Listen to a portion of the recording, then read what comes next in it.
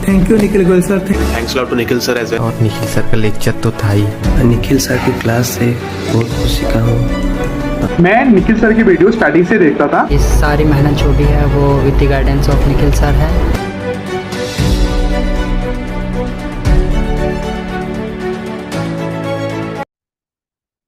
Hello everybody, welcome to श्रेष्ठ classes. तो 10 minute की कंसेप्ट सीरीज में आप सभी का स्वागत है। आज के इस कंसेप्ट सीरीज में हम लोग एसएससी जेई के एक इंपॉर्टेंट टॉपिक के बारे में बात करने वाले हैं, जिसका नाम आता है वैल्यूएशंस।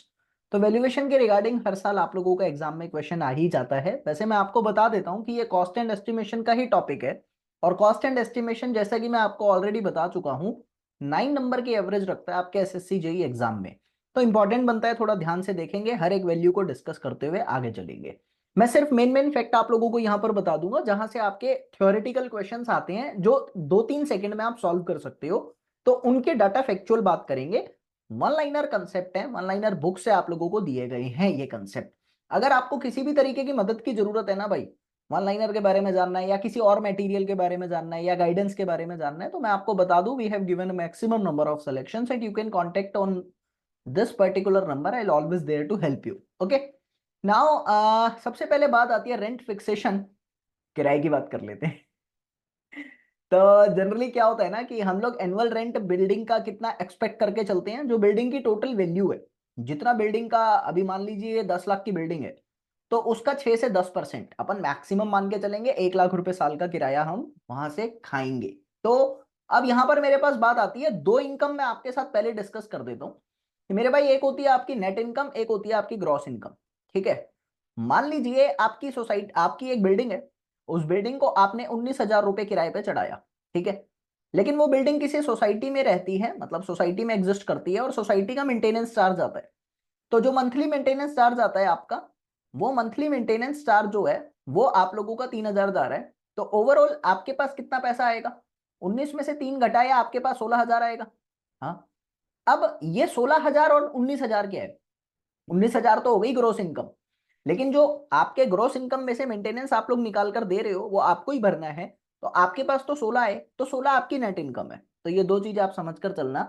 यानी अगर आप अपने सारे खर्चों को निकाल देते हो, जैसे इलेक्ट्रिसिटी बिल हो गया, या आप लोगों का ये क्या बोलते हैं, मेंटेनेंस चार्ज हो गया, तो ये सब निकालने के बाद जो बचता है वो नेट इनकम हो जाता है आप लोगों का। ठीक है, अब मेजर बात आती है यहां पर, जो आपको ध्यान में रखना है, सबसे पहले तो रिपेयर के लिए कितना कंसीडर किया जाता है? 10 से 15% आपकी ग्रोस इनकम का आप बिल्डिंग की रिपेयर के लिए रखते हो। जैसे व्हाइट वॉश हो गया, या दीवारों में सीलन आ गई, कुछ टूट गया, वो ठीक कराना है, तो मेंटेनेंस चार्जेस कह सकते हो, रिपेयरिंग चार्जेस 10 से 15% रखा जाता है। वही मैनेजमेंट चार्जेस कितना रखा जाता है? मैनेजमेंट क्या होती है? जैसे आप लोगों का बिजली का बिल हो गया, या आपको वॉचमैन को पैसा देना है, ये आप लोगों को मेंटेनेंस चार्ज देना है, ये सब मैनेजमेंट का क्राइटेरिया है, एडमिनिस्ट्रेशन का जो पैसा लगता है, तो वो कितना 5 से 10% रखा जाता है। आप लोगों को याद रखना है, पेपर में डायरेक्टली पूछता है। ठीक है, अब इसके बाद मेरे पास बात आती है, भाई स्क्रैप वैल्यू क्या है? स्क्रैप को हिंदी में क्या कहते हैं? वी कॉल्ड स्क्रैप हिंदी में कूड़ा। और घर आपका कूड़े में कब बनता है? जब आप लोग घर को तोड़ देते हो, यानी आपके घर का जो मलबा होता है वो आपके लिए कूड़े का काम कर रहा है अभी। तो जो मलबे की कीमत होती है, आपको पता है मलबा भी बिकता है, हाँ ऑब्वियसली बिकता है, तो मलबे की जो वैल्यू है उसको स्क्रैप वैल्यू कहते हैं। कई बार क्या होता है कि तुम मलबा बेच के पैसा कमा भी लेते हो, कई बार मलबा वहीं पड़ा रहता है, कई बार मलबा उठवाने के पैसे देने पड़ते हैं। तो जब तुमको पैसे मिल रहे हैं बेच के तो पॉजिटिव हो गया स्क्रैप वैल्यू, तुमको उठवाना पड़ रहा है पैसे दे के तो नेगेटिव हो गया। तुमने तोड़ के रख दिया, कुछ नहीं करा, वो जीरो वैल्यू पे आप लोगों को मिल गया।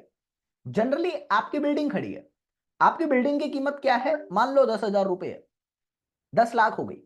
तोड़ने के बाद मलबे की जो कीमत मानी जाती है वो बिल्डिंग की 10% मानी जाती है, यानी 1 लाख रुपए का मलबा आप लोगों का बिक जाएगा पूरा कूड़े में। तो ये आप लोगों को ध्यान रखना है, 10% होता है टोटल वैल्यू प्रॉपर्टी की, और आप लोगों का ये पॉजिटिव भी हो सकता है, नेगेटिव भी हो सकता है, जीरो भी हो सकता है। और ये क्या है? डिसमेंटल मटेरियल, तोड़े हुए मटेरियल की वैल्यू है। ठीक है, ये बात आपको याद रखनी है। फिर आती है साल्वेज वैल्यू। साल्वेज क्या है? देखो, स्क्रैप का मतलब है टूटा हुआ कूड़ा, साल्वेज होता है आप लोगों का कि तोड़ा नहीं है, बिल्डिंग ओवर हो चुकी है, बिल्डिंग यूज करने लायक नहीं बची, बस खड़ी हुई बिल्डिंग की जो वैल्यू है, एज इट इज बिल्डिंग की जो वैल्यू है, अभी जितना पैसा लग रहा है, बिना तोड़े बिना डिसमेंटल किए, बट यूज करने लायक नहीं है, उसको सैल्वेज वैल्यू कहते हैं। ठीक है, end of the utility period as it is given to you, it is the value at the end of the utility period without being dismantled. ठीक है, तो इसमें क्या होता है कि आप लोगों की जो मलबे की कॉस्ट है या जो कूड़े कबाड़े की कॉस्ट है वो हटाई नहीं जाती, खड़ी हुई बिल्डिंग की कॉस्ट है ये पूरी की पूरी। मेजर चीज लिखी है, साल्वेज वैल्यू और scrap value negative positive zero हो सकती है। एसएससी में 3-4 बार पूछा गया है, आपको याद होना चाहिए। आरसीसी स्ट्रक्चर तोड़ने के बाद किसी काम का नहीं रहता भाई, एक बार ही मसाला जम गया फिर वो मसाला थोड़ी बनेगा, तो उसकी स्क्रैप वैल्यू क्या होती है? जीरो, नेग्लिजिबल हो जाती है। साल्वेज और स्क्रैप दोनों नेग्लिजिबल हो जाती है, जीरो मानी जाती है। देन हमारे पास आता है सिंकिंग फंड। भाई बच्चों को बहुत प्रॉब्लम आती है, सिंकिंग फंड का मतलब क्या होता है थोड़ा समझ के चलो। मैंने कहा आप लोगों को सपोज एक घर खरीदना है, ठीक है, और ये घर मान लीजिए आपको 10 साल बाद खरीदना है। अब 10 साल बाद मतलब आपके बड़े भाई की शादी है, परिवार होगा, बच्चे होंगे, बड़े हो जाएंगे, फिर नए घर की जरूरत पड़ेगी, तो 10 साल बाद आपको घर खरीदना है। अब 10 साल बाद अचानक से तो पैसा नहीं आएगा, तो आप क्या करते हो? आज से ही थोड़ा थोड़ा थोड़ा थोड़ा पैसा जमा करना शुरू कर देते हो। ठीक है, हर महीने की किस्त बांध लेते हो, म्यूचुअल फंड में पैसा डाल देते हो कि आपने उस हिसाब से कि आपको 10 साल बाद घर जो चाहिए वो सपोज आपका 1 करोड़ का घर है, तो आपको 10 साल में 1 करोड़ जमा करना है, तो आप थोड़ा थोड़ा थोड़ा थोड़ा करके अभी से जमा करना शुरू कर दोगे। तो वो पैसा जो आप अभी से जमा कर रहे हो वो है सिंकिंग फंड की इंस्टॉलमेंट्स, और जो आप लोगों को फाइनली पैसा मिलेगा वो सिंकिंग फंड है। समझ आ गया सिंकिंग फंड क्या है? सिंक का मतलब डूबना होता है, यहां डूबना नहीं हो रहा, यहां आपकी जेब से निकल के एक जगह सिक्योर हो रहा है, फिर आपको उभर कर नजर आएगा वो पैसा। तो वो सिंकिंग फंड है आप लोगों का, मतलब किसी प्रॉपर्टी को खरीदने के लिए कुछ पैसा जमा करना। ये लिखा हुआ है money kept aside as the sinking fund annually to accumulate, मतलब इकट्ठा करना पूरे बिल्डिंग की कॉस्ट, यानी पूरे प्रोजेक्ट की कॉस्ट। फॉर्मूला अच्छा है, कितने इंस्टॉलमेंट होती है सिंकिंग फंड की? This is what, this is instalment, कितना किस्त जाती है। जैसे मैं आपको बताऊं, हम मिडल मैन है, हम लोगों की जिंदगी किस्तों में निकल जाती है मतलब हम मम्मी को दिलाते हैं घर, पापा को दिलाते हैं गाड़ी, और अपने को दिलाते हैं किस्त मजाक की बात है यार। तो इंस्टॉलमेंट का एक फॉर्मूला होता है S into L upon 1 plus i की पावर n माइनस 1। एस क्या है? टोटल सिंकिंग फंड, जो वैल्यू 1 करोड़ है। एल क्या है? जो आपकी एनुअलाइज्ड इंस्टॉलमेंट जा रही है वो। आई क्या है? Rate of interest. और एन क्या है? टोटल कितना साल है? 10 साल है। तो ये आपको फॉर्मूला याद रखना है। क्वेश्चन बन सकता है कि किस तरीके से कैलकुलेट होता है, सिंपली कैलकुलेट होता है या कंपाउंडेड कैलकुलेट होता है? ऑलवेज रिमेंबर कंपाउंडेड होता है हमेशा। क्वेश्चन बन सकता है, आपको ये बात याद रखनी है। अब आती है मार्केट वैल्यू। मार्केट का मतलब क्या है भाई? बाजार में क्या चल रहा है? आप गए, आपका एक घर था, आपका घर जो है वो बिल्कुल खेतों के बीच में था, वैल्यू कम थी। अचानक से सरकार ने कह दिया कि उसके सामने से बड़ा सा रोड जाएगा, वैल्यू बढ़ गई। अब डीलर जो वो किराया 10,000 रुपए मांग रहा था, अब उसी घर का वो 20-25 मांगने लग जाएगा, वैल्यू बढ़ गई अचानक से। जैसे मैं आपको बता दूं, हमारे यहाँ दिल्ली एनसीआर में, गाजियाबाद की बात कर लो या सोनीपत की बात कर लो, दिल्ली एनसीआर में पहले, आज से 5 साल पहले वैल्यू बहुत कम थी भाई, कुछ था ही नहीं ना।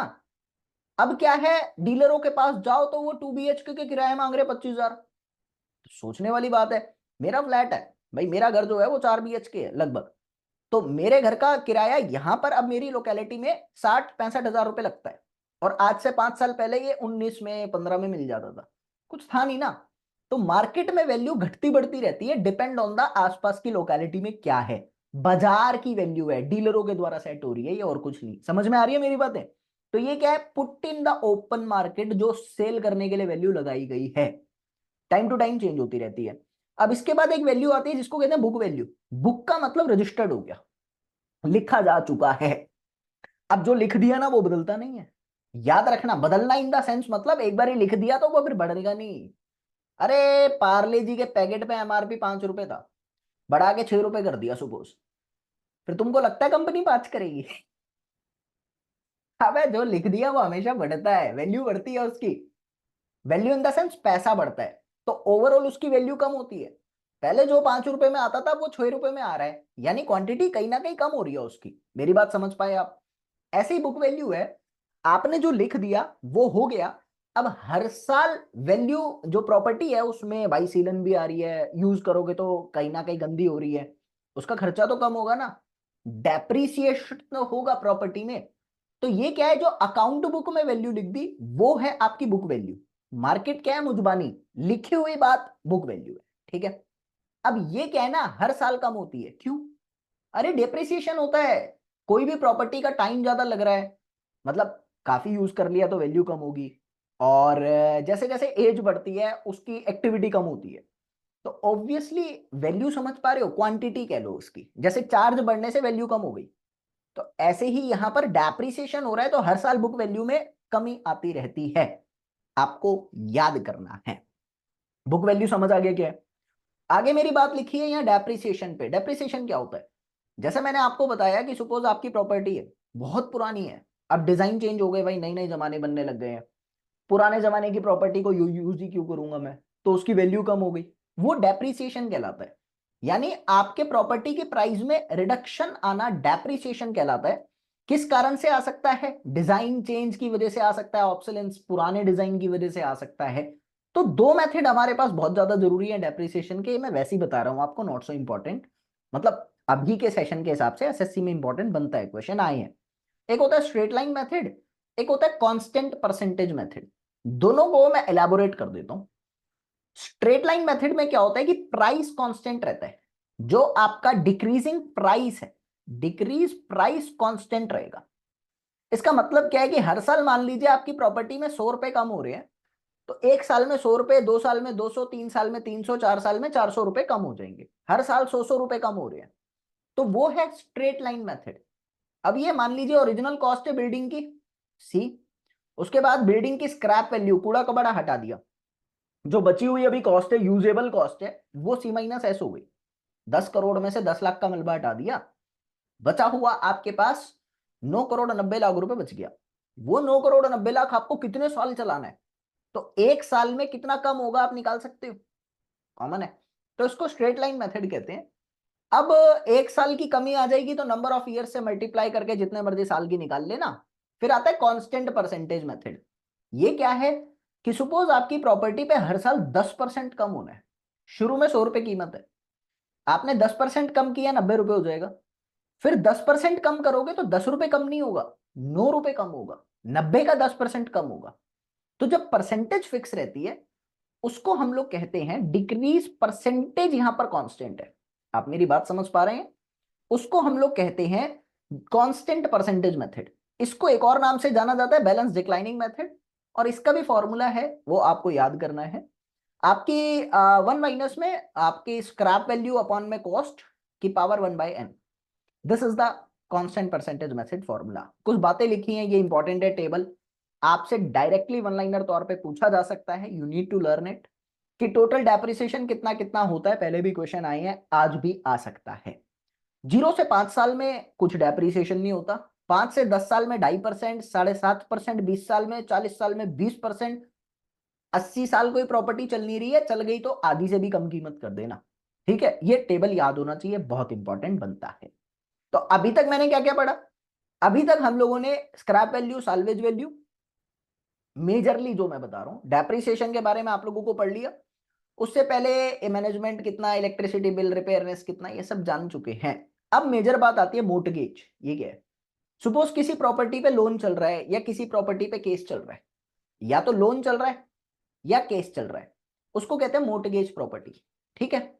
फ्री होल्ड का मतलब बिल्कुल फ्री प्रॉपर्टी है, फ्री फ्रॉम झंझट, फ्री फ्रॉम झंझट, किसी भी प्रकार का कोई झंझट नहीं है, ना किसी का 1 रुपया लेना, ना किसी का 1 रुपया देना, जो है बिल्कुल यही है, उसको कहते हैं फ्री होल्ड प्रॉपर्टी, ठीक है।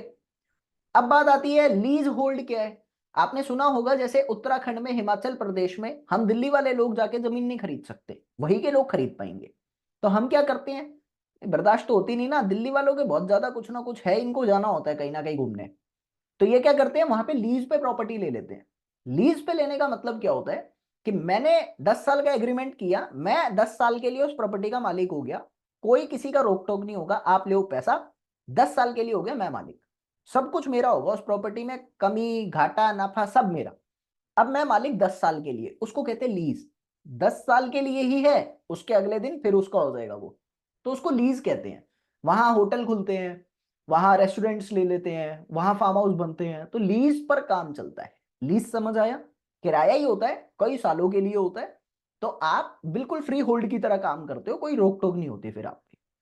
कैपिटल कॉस्ट और ईयर परचेज क्या होता है, इसको थोड़ा सा समझ के चलो, ये काफी समझने वाली बात है। देखो जनाब, ईयर ऑफ परचेज की और कैपिटल कॉस्ट की अगर मैं बात करता हूं, तो कैपिटल कॉस्ट वो पैसा है प्रॉपर्टी का, इसको थोड़ा सा समझ के चलना, मुश्किल लगेगा ये आप लोगों को। मान लीजिए आपकी एक प्रॉपर्टी है और उस प्रॉपर्टी से आप लोगों को जो इनकम आ रही है वो 10,000 रुपये है, ठीक है। अब आपने कहा कि आपके पास कुछ एक्स अमाउंट है, आपके पास एक्स अमाउंट है और अभी आरबीआई के हिसाब से 6.5% का इंटरेस्ट चल रहा है और 1 साल का आपके पास टाइम है। तो वो एक्स अमाउंट के ऊपर 6.5% के दर के हिसाब से 1 साल में जो भी मेरे पास इंटरेस्ट आ रहा है, उस एक्स अमाउंट के ऊपर जो भी इंटरेस्ट आ रहा है वो इंटरेस्ट मेरे प्रॉपर्टी से होने वाली इनकम के बराबर होना चाहिए। मेरी बात समझ आई? उस एक्स अमाउंट के ऊपर 6.5% के दर के हिसाब से जो मुझे ब्याज मिल रहा है, जो इंटरेस्ट मिल रहा है, वो इंटरेस्ट मेरे प्रॉपर्टी से आने वाली इनकम के बराबर होना चाहिए। उस एक्स अमाउंट को कहता हूं कैपिटलाइज्ड वैल्यू। क्लियर है? उस एक्स अमाउंट को कहता हूं कैपिटलाइज्ड वैल्यू। मेरी बातें क्लियर है आप लोगों को यहां पर? अब जनाब यहां पर बात आती है, कैपिटलाइज्ड वैल्यू तो क्लियर हो गया। अगर मैं यहां पर लिखूं capitalised value into R by 100, R interest के हिसाब से, टी इज इक्वल टू 1 साल, ये इनकम के बराबर कर देता हूं according to the condition and formula.